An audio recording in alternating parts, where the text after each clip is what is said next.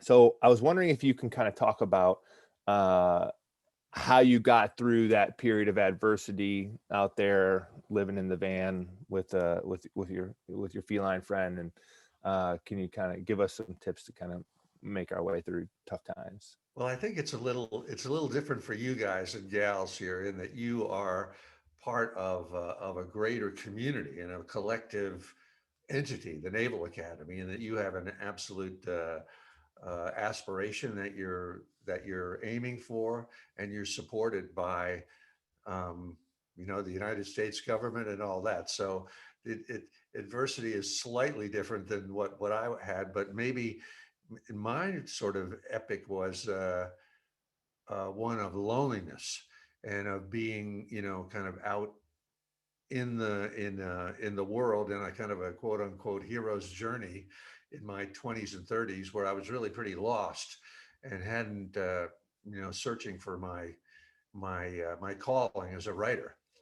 And what Tom is talking about is something that I talked about on the Tim Ferriss podcast, where I lived in this little house that had in North Carolina that had no heating, no doors, no electricity, no lights, no kitchen, no bathroom, and I used to cook my meals out in back of the house on a little campfire that I would have. Like I'd cook hot dogs or something like that, and there was a feral cat that lived in the woods behind me. If you know North Carolina, you know it's a real pine woods type of situation. And I'd be sitting at night there cooking up a hot dog or something, and this wild cat would come out of the woods and would sit down right across from me and kind of just sort of stay there with me while I was eating. And he would never let me feed him. He was not going to be anybody's pet. I would try to toss him a little scrap of meat and he would like turn up his nose at it. And I always thought that this cat, in some mysterious way, was drawn to me as a role model for me. That he was a totally self-sufficient entity, hunted his own food, lived in the woods, didn't need anything. And so that was a great inspiration to me in that time. Believe it or not, it sounds crazy, but a cat definitely made me feel like maybe if I had somehow by my energy drawn him to me, because why does a cat come out of the woods to sit by a fire? And that showed me that I was on the right path. And so I think that you guys are almost by definition on the right path, being at the Naval Academy. And I know it's rough. Being confined to your room that's harder than anything I could think of.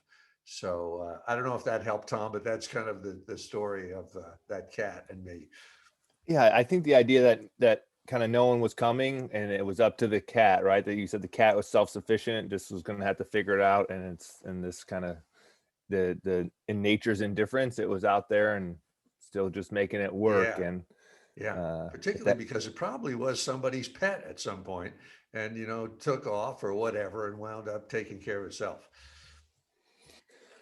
there's a tension in the book, and so we're going to open up to page 21. Let's turn to page 21. And so you've got here in chapter 4 this, you start to kind of describe war. Sounds pretty horrible, but then you get a couple chapters down the line and you sounds like it's pleasurable. And it's so I'm going to highlight a couple passages that demonstrate this tension that you're developing, and I want to see if you can help us kind of understand how should we feel about this thing. And Uh-huh. so you start with uh, His Majesty had presided over the sack of numberless cities. At the bottom of that paragraph, the experiences teach us are common to all battles and all slaughter. So battles and all slaughters. Battles kind of equaling slaughters. You said there's always fire. Um, Bodies lay in the road, mostly men, but women and children too. You say most piteous of all were the animals. I saw dogs on fire. And of course, we see a little dog on fire. You're pulling on our heartstrings here. Then you say, and then it was the feast day, and it had come for the crows and ravens. And now we've got this kind of horrendous feast. And East of the field of Aries. Now we're on page 23 with my mids here. East of the field of Aries, where the fallen in battle were buried, we came upon a man digging a grave for an infant, the baby. It's a very tragic scene that you, and it's all this kind of culminates on page 25. When the hymn was over, the men raped her. So we see a dead baby, we see fire, we see animals slaughtered, we see ravens pecking out people's eyes, and but then we go to page 130.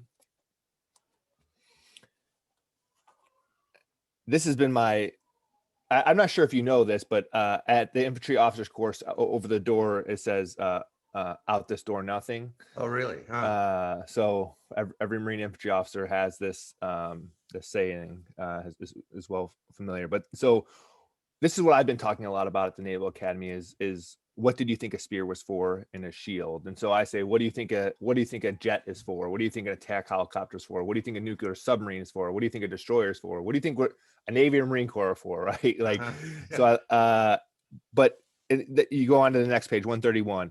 Can you envision a world without war? A couple pages later, 134. Here we recite the pleasures of war: satisfaction, triumph over adversity, camaraderie, Philadelphia. Okay, so now we're talking pleasures of war. Is that And then Polynikes speaking there? Polynikes ordered Alexandros to recite the pleasures of Uh-huh. war, to which the boy responded: satisfaction of shared hardship, triumph over adversity, of camaraderie in Philadelphia, love of one's comrades in arms. Okay, then we get a little explicit here maybe, and then we get to page 137. War, not peace, produces virtue. War, not peace, purges vice. War and preparation for war. And so there's a list of you kind of saying all the good things that war does, which I just came across some H.L. Mencken quotes yesterday, and he has to say, and we're not too far from Baltimore, so war is a good thing, he once wrote, because it's honest. It admits the central fact of human nature. A nation too long at peace becomes a sort of gigantic old maid. And that's Mencken. And then Colonel Smitherman directed me to a professor across the street. She wrote a book named, her name's Claudia Hare, or Hauer, and she wrote a book called Strategic Humanism: Lessons on Leadership from the Ancient Greeks. And she said it's a universal truth that we learn who we are as human beings by facing war and conflict. And so how are we to reconcile? How are we to make sense of this idea where you say slaughter, fire, dead animals, dead babies, rape, pillaging, and then we're saying pleasures? It's war, not peace. And so where do we fall? Where should we kind of, Huh. how do we That's a fall? great question, Tom. I mean, when a writer writes a book and addresses an issue, there's a theme. The theme of Gates of Fire to me is the theme of fear and overcoming fear, specifically the fear of death. And that's why, and certainly the actions of the 300 Spartans at Thermopylae really indicate that, right? That it was a battle that they knew they were going to go into, and they knew they weren't going to come out of, and they did it. So in one of the ways I look at a story as a writer is every character in the story represents a different aspect of that theme.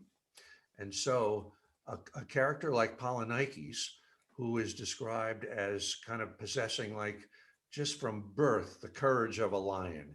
He's just an Olympic athlete. He just is gifted by the gods with this thing. And then at the other end is a character like Alexandros, who is basically a shy, retiring person who's basically a singer. That's his thing. And he comes at that attitude from a whole other, or comes at his concept of war.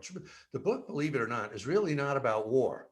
I would not say Gates of Fire was about war. The book is really coming down to, in the center of this story. Oh, and by the way, Leonidas, as the leader, represents a whole other aspect of how do you look at war. It's this terrible thing, but he knows that to defend the women, the children, the culture and everything, he and the other men in the army have to give up their lives. But what the book is really coming down to, and we'll probably get to this later when we're talking, the central character is Dionychus.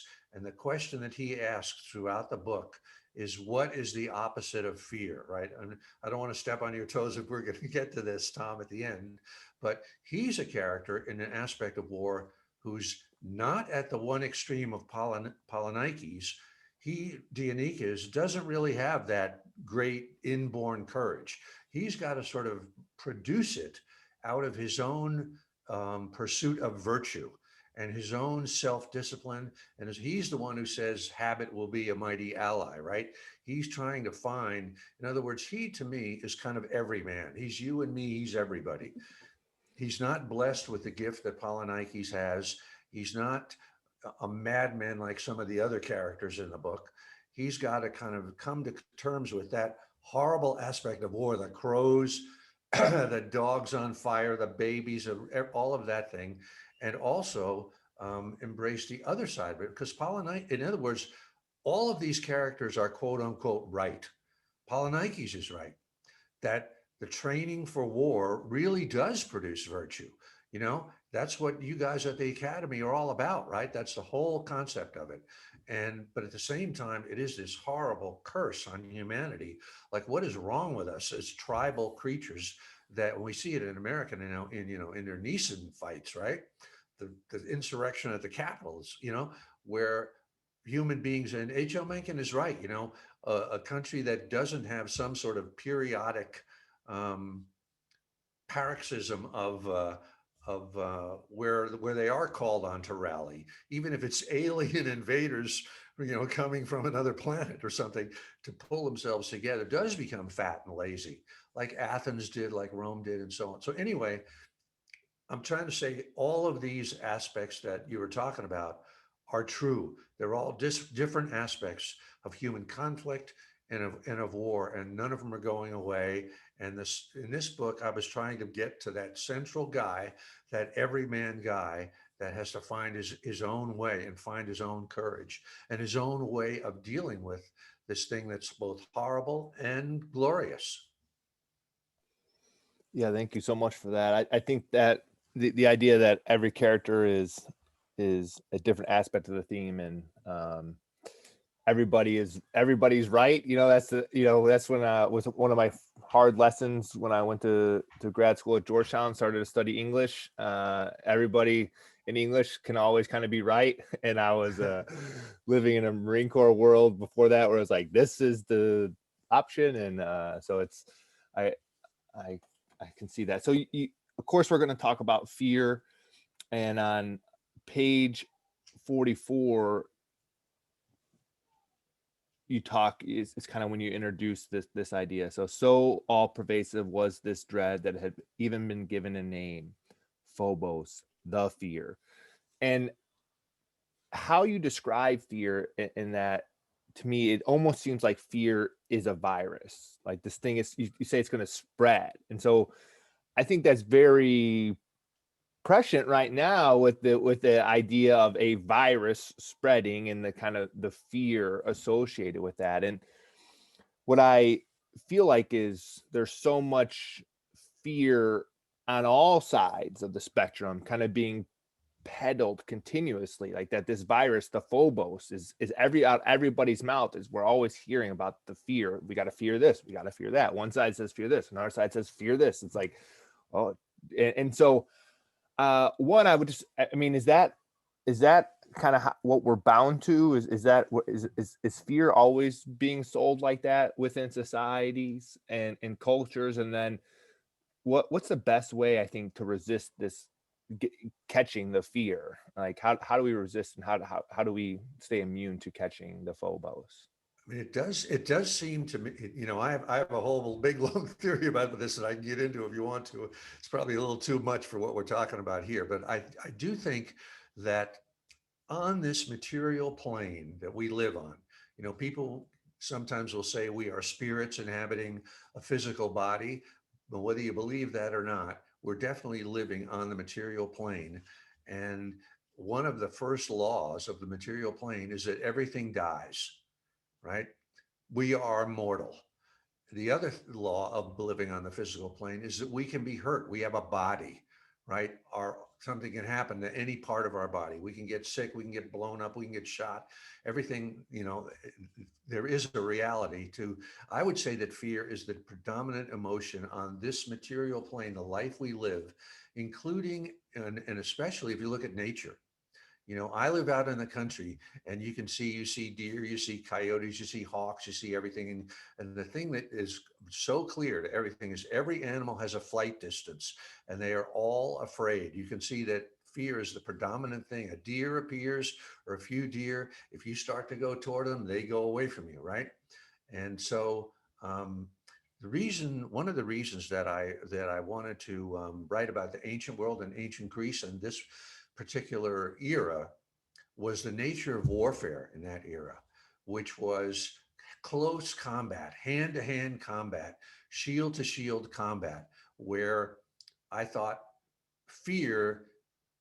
Obviously, I have never participated in shield to shield combat, so I have to enter it by the imagination. But that must have been kind of the supreme fear, where if you're going to kill your man, you have to get so close to him that he can kill you. And the other aspect of the phalanx warfare in those days that was so conducive to fear was that the two armies would line up across from each other, as you know, and you'd have like time to be there in your helmet, carrying your shield, in your armor, looking across, 500 yards, however long it was, and knowing that you were going to have to advance into that. And every step that you took got closer and closer and closer to this hand-to-hand combat that was coming. So I believe that's why I say that the theme of Gates of Fire is fear and how people deal with it, including and especially the women of Sparta, which was really, in many ways, to me, the heart of the whole story. Um, that each one of these characters, again, like I said, each one was dealing with the issue in his own way, and that's what it was about. One warrior dealt with it another way, one wife dealt with it another way, one child dealt with it another way. But I do think it is the central theme of being on the material plane, of being alive.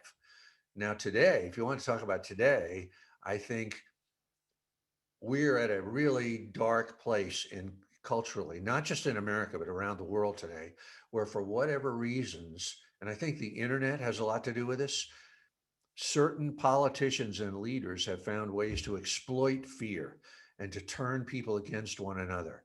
And so that it enhances their own power for their own selfish reasons. So we're living in a world where we're getting hyped and pumped with fear constantly. And each of us, one way or another, has to come to some way of dealing with that.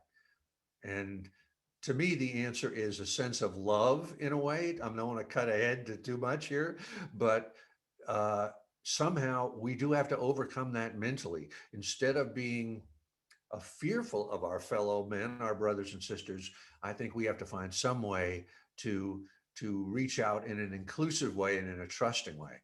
But that's a deep issue.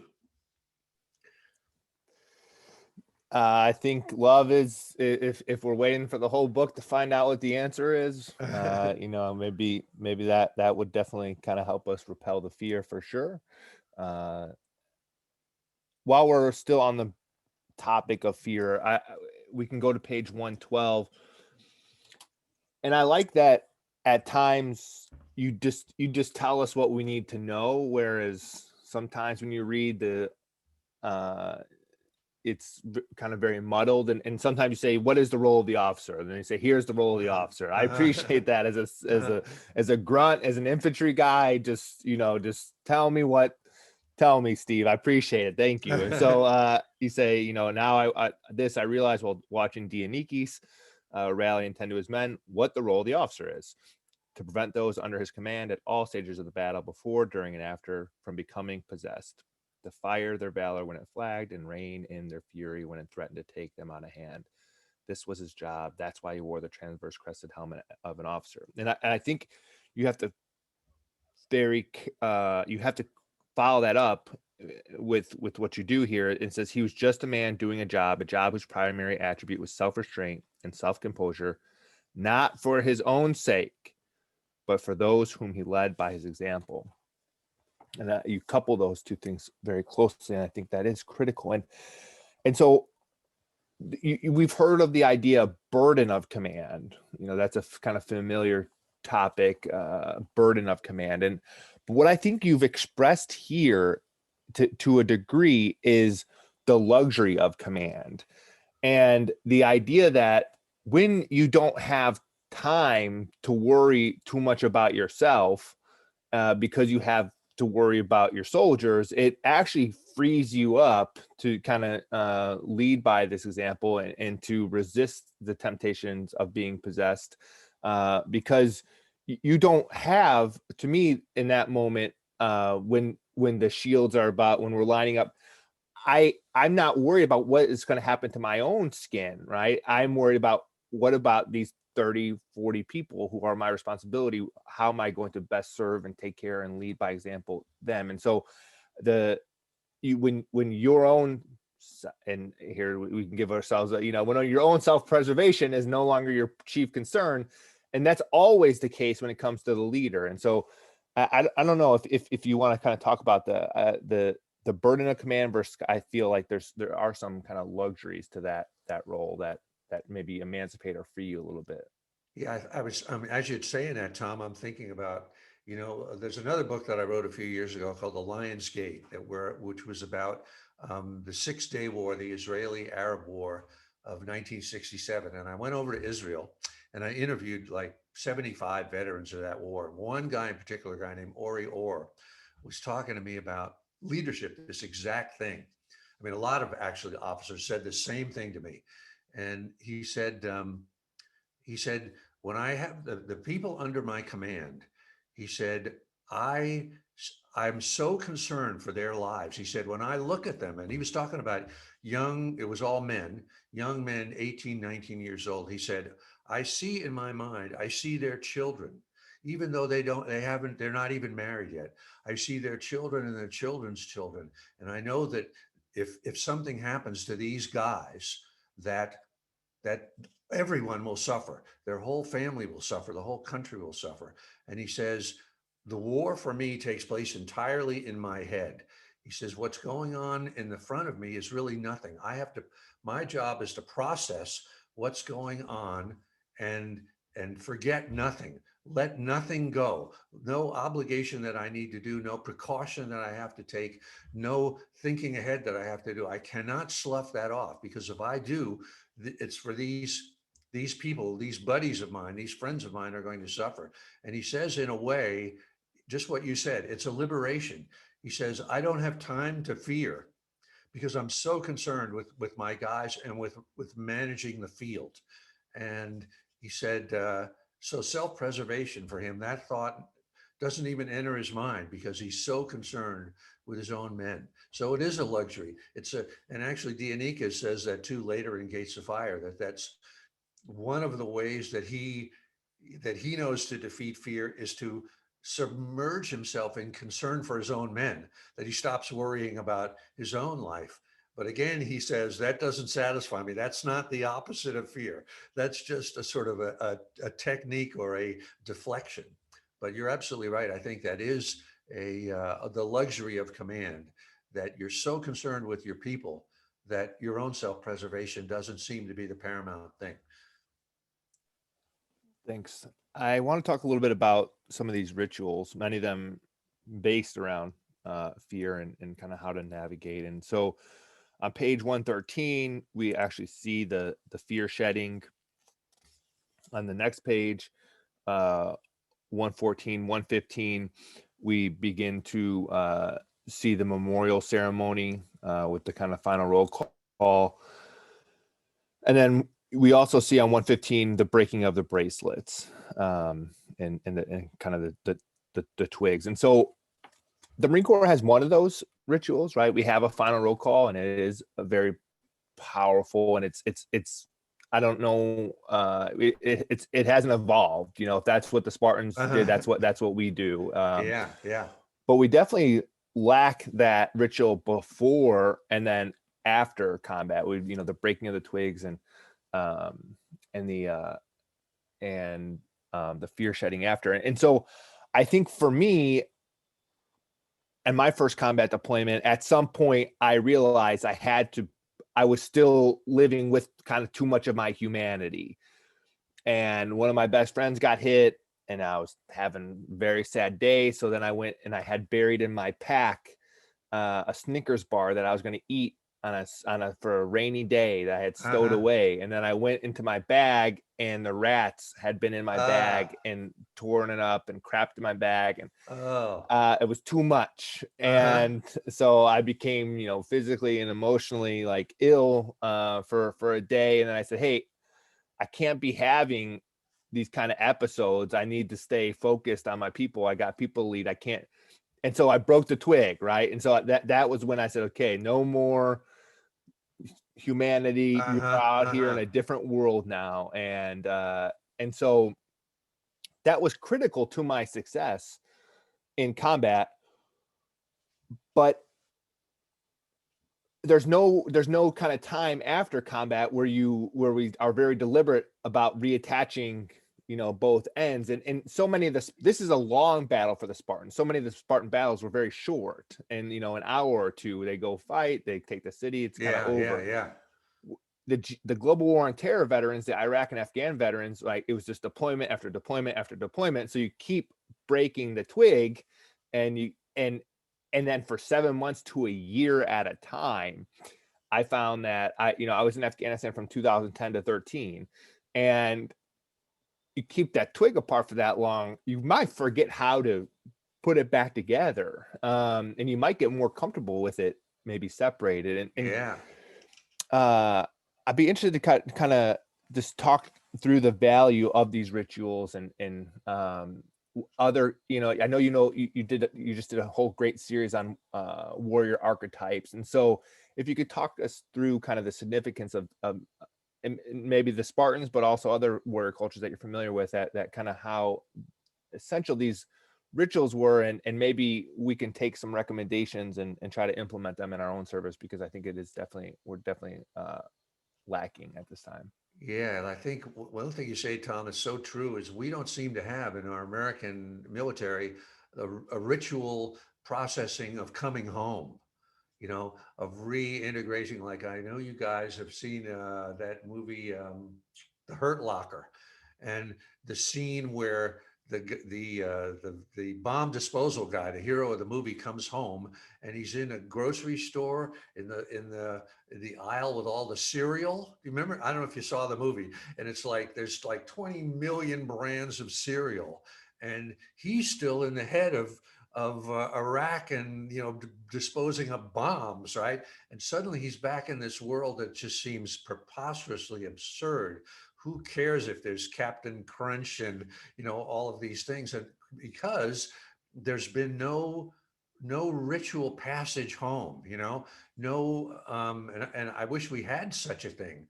Um, if you think about the Spartans, even in their quick wars, they went as an entire unit together to the battle. And when it was over, they came home as an entire unit to the battle. And they came home to a culture that embraced them, that believed in the same ideals that they believe in, you know, and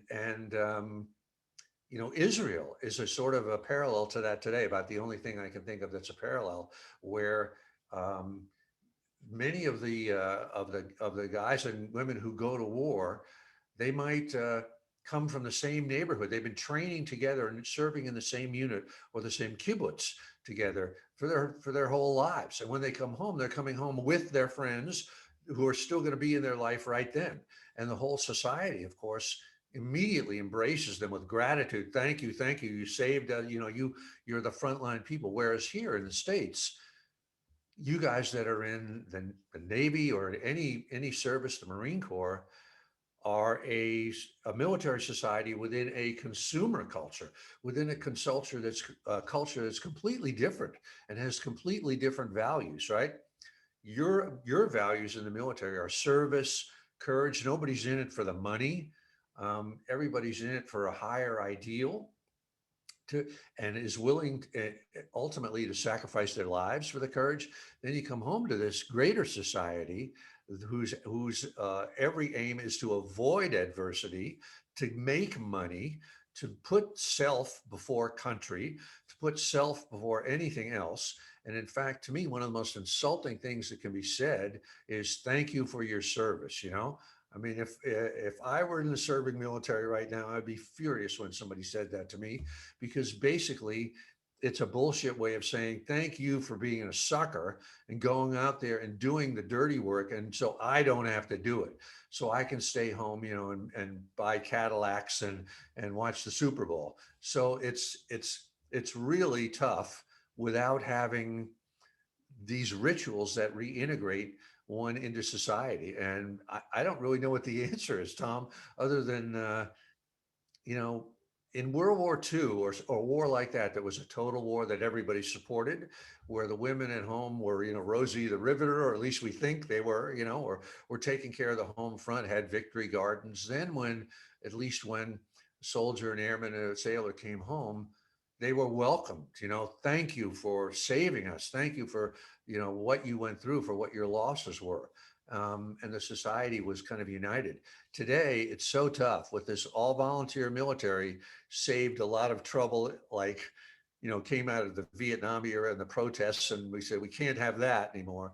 But it has a dark side too, or it has a downside too, as you described. We do need those rituals. I don't know what they are. Great. I think we don't want to get the mids too fired up about thank you for your service. So I just always kind of think that person says that for them, and that's fine. Like if that's what someone needs to say to kind of feel, I don't want to complicate the issue for them. So Well, just maybe I'm looking at it in a too dark a way. I think what you're probably saying is right. I don't want to assume intentions, and so I just say, thanks, right? And I just kind of go along my way. And I also think it comes back to the idea that that there is a luxury that we can live in a society who is so insulated, and who is able to kind of focus on Cadillacs and Super Bowls. And I mean, the opposite, this is what we kind of start off with, when you juxtapose, if the whole society is kind of a warlike society or committed to kind of supporting the war, I mean, you're probably in a potentially a big conflict. And so when people say, America's not at war, America's at the mall, the Marines are at war, I think, well, if the option is that all of America's at war, I think this is, and I served, I chose this voluntary. Right now it's a voluntary force, and so I said, hey, I want to go do this thing. I want, you talked a lot about hero's journey and your artist journey. I wanted to go do my hero's journey, and so no one made me, and so I'm happy. For me, service is selfless, and so I'm happy to go do this thing, so that my mom, my sister can drive Cadillacs and watch the Super Bowl. And so I Well, you elected got a very good attitude, Tom. Okay. Well, yeah, when you're making it a career, I think you got to Yeah. find ways. And so, but I think this next passage on page 212 ties in pretty neatly to kind of what we're talking about here. And nothing good in life comes but at a price. Sweetest of all is liberty. This we have chosen, and this we pay for. For our 20 generations have breathed the blessed air of freedom and have paid the bill in full when it was presented. We, their sons, can do no less. And so we're kind of balancing some pessimism and optimism here. And so do we still, as a culture, do you think we still have what it takes to pay that price for liberty moving forward. I do, and maybe I'm overly optimistic in this sense, but you know, when you read back to uh, what was going on prior to World War II, prior to World War I, even um, people thought, particularly overseas and particularly our enemies, they thought America is totally soft. They can't rise to the occasion. That, you know, um, they're slack, they're lazy, et cetera, et cetera. But when the call came in every one of those wars, everybody here rose to the occasion. And in many ways, I think I sort of wish um, that there was more of a call that kind of went out to the society as a whole instead of just to the serving military. And I think people would really respond to it if there was such a thing. Um, a lot of times politicians, when they're running for office, their pitch to the voters is, here's what I'm going to give you. Here's what I'm going to do for you, right? I'm going to give you this for free. I'm going to give you that for free, whatever. And as opposed to calling for some sacrifice, you know, I mean, even if we go back to JFK, you know, ask not what your country can do for you, ask what you can do for your country. People responded to that, you know, and I think that's I wish somebody would call upon us to give a little more than we have across the board, not just you guys who are actively serving, but the whole country. I think we definitely would respond to it. It's what's missing, I think. Great. We've got a couple questions from the mids, and they kind of align with, I just maybe had kind of two questions left, and I wanted to turn it over to them. But I can kind of see here, Anna, we're going to get to Anna's question where she talks about suicide, talking about the origins of his name. And then we've got Isabella. She's asking about Leonidas. And so what I want to do is look at Leonidas, and then we'll get to kind of Anna's point. So Leonidas, page 360. Many of the mids have to recite this quote during their plebe summer. Many of them are familiar with this passage. I'll tell his majesty what a king is. A king does not abide within his tent while his men bleed and die upon the field. So this passage was actually my old battalion XO, when I was a company commander, had this passage up on his door.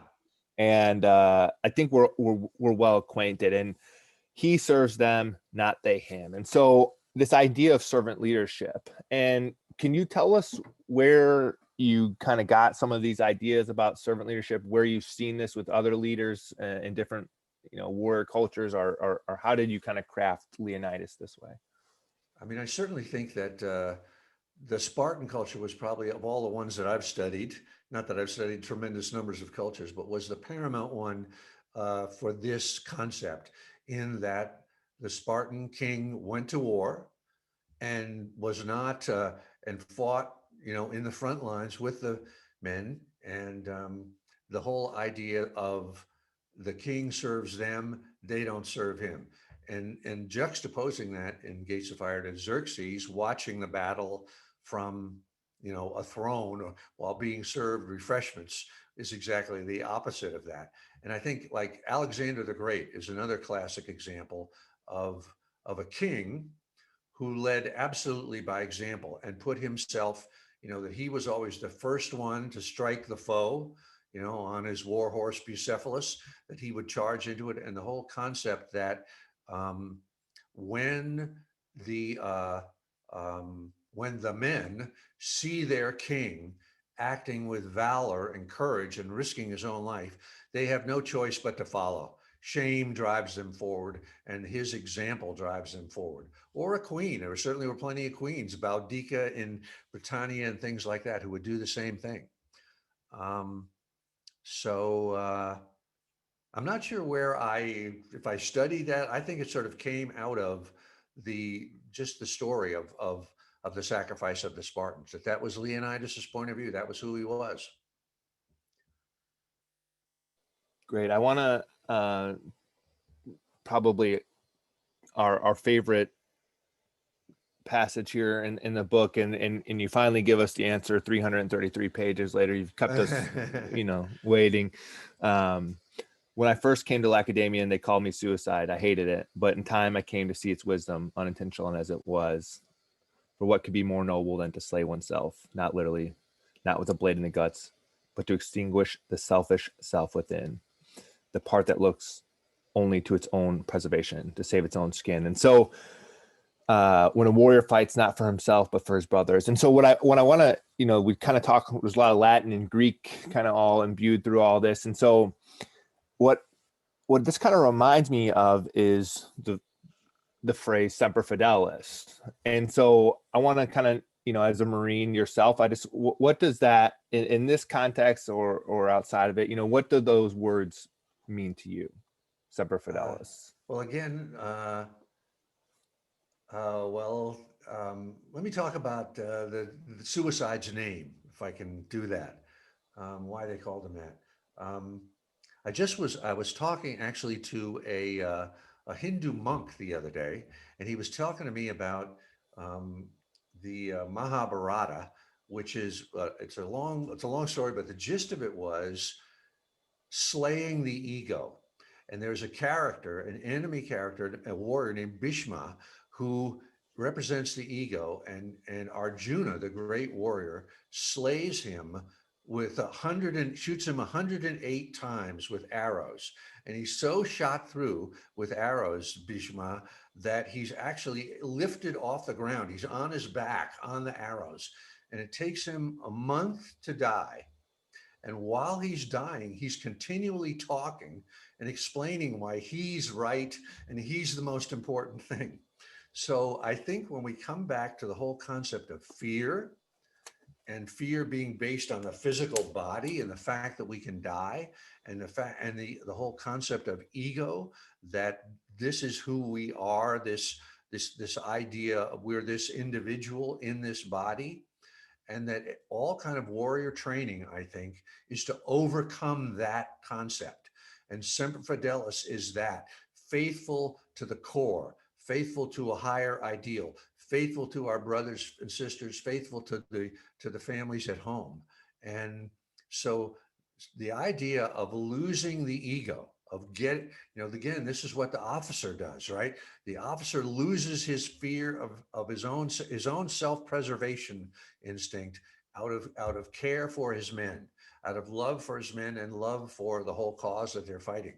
So the ego is the enemy. I think the ego equals fear. The ego equals isolation, equals the feeling that we're inside this little envelope that is our body. And the opposite of that is this outer moving of love, of the bond between us and our brothers and sisters, and the care for the men we're leading, the men and women we're leading. And that's really what Gates of Fire is all about. And it comes out of the absolute reality of that story, that's what the real 300 Spartans did. They knew they were going to give up everything, their lives, their families, everything they had. And that was their supreme ideal of service. And in that case, that battle, it did work. It did save Western civilization. It did save, everything that we have today. I'm going to bring us to a topic that isn't super popular for junior officers or and this is the idea of drill and discipline. It's just one page before this on 331. You said, I understood then that it was the glue that made the phalanx great, the unseen glue that bound it together. I realized that all the drill and discipline you Spartans loved to pound into each other's skulls were not really to inculcate skill or art, but only to produce this glue. And so there's a couple times where you talk about how the phalanx almost moves mechanically, and it's instinctual. And I think we get there probably through the drill and discipline, which is what we don't, in the beginning scenes when you've got the Spartans all out and they're drilling and over again, and they're hitting the tree and this kind of unpleasant stuff. But what it produces is this kind of skill in combat and this skill under fire. And so can you potentially talk to us just a little bit about the value of this drill and discipline in kind of warrior cultures and some of the fruits that we might reap?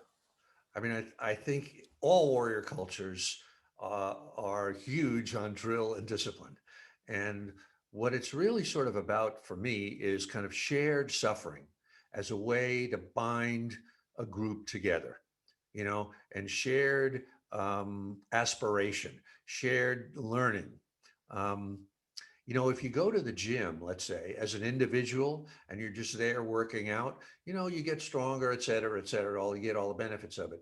But if you're working out in unison with your squad, your platoon, whatever it is, and you're doing this day after day after day after day, there's no way that there's not going to be a bond formed between. I mean, Xenophon says one of the things he's talking about, the common messes that the Spartans have. And this is another thing at the Naval Academy. And he says, even horses and dogs that are fed together every day form a bond and form a unit. And the other thing, of course, about drill, I'm a big believer in it in across the board in civilian life and everything, is that they say, and I'm sure you're absolutely familiar with this thing, that under stress, you don't rise to the occasion, you sink to the level of your training. And under pressure, your mind, your brain goes completely empty, and the only thing you remember is what you've been drilled to do over and over and over. And it really, and it works. It definitely works. I'm a big believer in that. And if you think, I would love to be beamed back and see a Spartan phalanx or any of those phalanxes in action, because that on everything we practice on the drill field as cadets or as midshipmen, it is forward march, to the right flank march, to the left flank march, all that sort of stuff. Imagine that was how a phalanx could maneuver under fire in the midst of war, right? If you had to move a unit to the right, everybody's got to know exactly what they're going to do. And if you think these guys drilled their entire lives from the time they were little kids, imagine how good they were at that. And also, the other thing is the presentation of that to the enemy. That if you're facing this and you see this sort of machine of war coming at you, and it maneuvers, it moves to the right, it moves to the left, and that's going to scare the hell out of you. Say, how are we going to stand up to these guys? And not to dwell on this too much, but if you think even about Alexander's phalanx, that was 16 men deep, with the sarissas that were like 14, 16-foot two-handed pikes, and how they had to, I mean, just walking straight, with just a few guys in front and behind is hard to do. So imagine what that looked like to the enemy with that thing coming toward. But yeah, so I'm definitely a big believer in drill in everything. Well, you are a Marine, and sometimes that shows here. And I think our belief in the value of drill probably is one of those. And you talked specifically there about shared misery, so I'd ask the mids to open to page 68. And you say it is that peculiar soldier's humor which springs from the experience of shared misery and often translates poorly to those not on the spot and enduring the same hardship. And then you go on to what's my, one of my favorite kind of passages here is, what's the difference between a Spartan king and a mid-ranker? The king sleeps in that shithole over there, and we sleep in the shithole over here, right? And so when you're talking about kind of everybody eating at the same mess and how that binds everybody together, everybody sleeps in the same dirt. And just a few paragraphs. By the way, Tom, if I can interrupt, yes, that line came actually from my real experience. I'm sure you probably had it too. One of my buddies, where we were in the Marine Corps, said that, he was talking about an officer. What's the difference between an officer and us enlisted men? And he said that exact thing. And I remember everybody just cracking up, because it was so true. In a good unit, it is true. And then you go on to talk about the 8-nighter and the how important the 8-nighter is, because that's when the jokes cease, and that's when people will start to kind of really reveal who they are. And I think one thing the Marine Corps does well is at the infantry officers course, we've got an 8-nighter. And so it's at some point, or enlisted boot camp has a crucible, and at some point it's beyond the jokes, it's beyond, and people will really kind of reveal who they are and what they're made of. But I don't want to keep it just infantry specific. Can you talk about just the importance of officers, regardless of what community we're in, kind of sharing the same misery as our Marines, our sailors, and then how important it is to kind of train our people, again, regardless of community, whether we're SWOs or pilots or submariners, the value of pushing that training so to a point where people will really kind of start to show us who they are. Yeah, I do think that's it's a question of sort of simulating what you're going to really face out in real combat, and of course the closer you can come to that in training, the better it is for everybody, right? So that's it's a great thing that the Marine Corps does, and I think that you know the what you were saying first, Tom, about I've been in situations where officers have been really distant, and you really didn't feel that they were part of what you were going through as an enlisted person.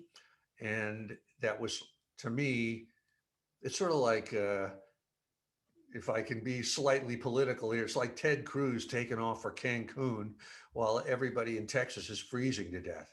Um, and the opposite of that is Leonidas picking up the first stone to build the wall. That when a person in a subordinate position sees his commander, male or female, enduring the same stuff that he has and willingly doing it, and then that's a tremendous bond, um, and can hardly be overstated, I think, for the effect that it has on the people in subordinate ranks. I also love the when Leonidas picks up the stone, because officers always have so many good ideas and everyone's trying to reinvent the wheel 70 different ways, and it's like, we just have to build a wall. So like someone needs Yeah, to lay the first stone, right? And so yeah. that's why you usually need a good NCO around to kind of keep us in check. I have several questions here about writing and audience, and in your Tim Ferriss podcast, you said, you talked about your book, No One Wants to Read Your Shit, and you talked about some of your lessons as a writer. And part of it is you talk about how competitive it is for people's most valuable resource, their time, and how connecting potentially with the audience. Can you tell us a little bit about the audience you were thinking about while you were writing this novel, and how this kind of, after you at this point you've started your artist journey, you went through your hero's journey, you started your artist journey. Can you tell us a little bit about the artist journey here while writing this novel, and kind of who were you thinking about as you wrote it? That's a great question, Tom. I, Oddly enough, I didn't have an audience in mind at all. I was sort of so into the story. If I had an audience, it was the 300 Spartans themselves. And one of the things that I held myself up to, I said, like, if I die and go to heaven or wherever you go, and I run into the 300 Spartans there, and the question I said to myself is, will they be pissed off at me? Will they say, you didn't tell the story right? You invented a bunch of bullshit and it wasn't like that at all. Or will they say, you got it right? And so they were kind of my audience. I was just trying to imagine myself absolutely into not just the battle, but the whole society, and just try to be true to that. Um, in a little ways, also the Marine Corps was my audience in my mind, in that I think the Marine Corps gets a bad rap, in just like the Spartans get a bad rap in the broader society. Like when people think of the Spartans, they're usually depicted as this cruel, brutal, militaristic, humorless society. And the Marine Corps gets a lot of that too. And I thought from my own experience that that's absolutely not true. It's the funniest place you ever were. You never will laugh more. There's never more individuality between people are so different one from another. It's by no means is it, any monolithic, brutish thing. And even when there is in the training, when somebody's being pushed hard or whatever, it's always for a higher reason. It's always for a selfless reason. It's never just any kind of gratuitous cruelty or hardship or anything. So I thought I wanted to really get that across for the Spartans or for whatever there were. But in terms of writing, I definitely was trying to um, hook the reader at the start, which I know it didn't really work. It's kind of a slow starting book, and pull them through um, in a way that the story would grab them and keep them going.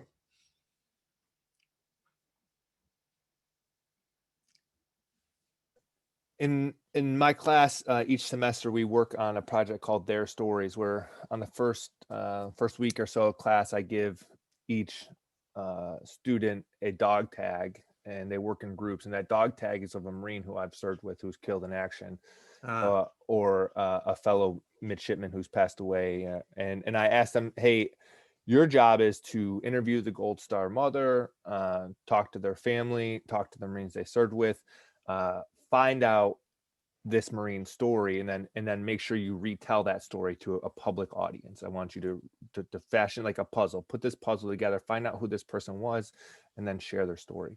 can I interrupt you for a second, Tom, to Yeah, ask of you course. why do you do that? What's your thought behind that? It's a Yeah, great idea. I was gonna I was turning this question on you. Oh, So the idea is that what I was going to ask you is, and there's this reference several times in the novel, is the greatest fear is that no one will remember what we did here.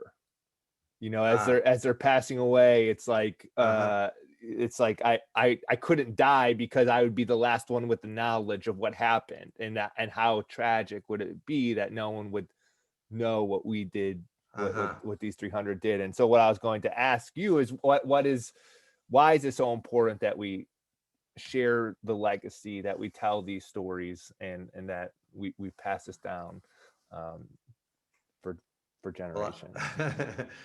I certainly agree with you that it's very, very important, and that is, I would imagine, the fear that'll, at those last 2 seconds, right? That no one's going to remember this at all. And yet somehow, if you believe that it will be remembered and it will be respected and remembered with honor, that has got to help a little bit.